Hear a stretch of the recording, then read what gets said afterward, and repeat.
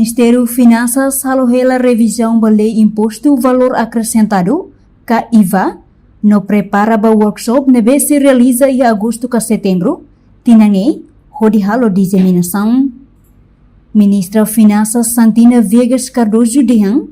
implementação da lei ne precisa tempo, tamba contribuinte sira tem que compreender o molok lei ne afeta sira. No implementação lei IVA, la OSDE governo prepara sistema,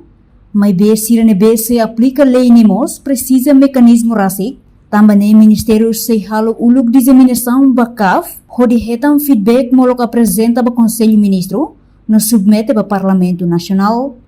Nah, lei IVA tabot sila tadi kata Ministério Finanças sari ba legislação do kita, nebe ba draft né ia antes de começar a revisão ona agora de nós kami prepara ela para tu fase em agosto a setembro depois parlamento será feito a tal workshop ida muito para ter essa possibilidade para tal disseminação também a implementar lei a tal lei não é fácil mas bem a tu ensaio assegura kata é uma rotuto né bem ia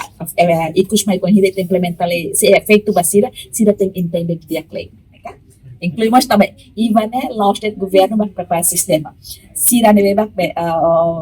será internet taxpayer sira ne bebak se ikus mai sira se aplica IVA lei ne se afeta basira sira must tem mecanismo sistema ida para implementar ne precisa tempo para tu bela hareba ida Ministério calendarismo atau presente Conselho Ministro no protocolo.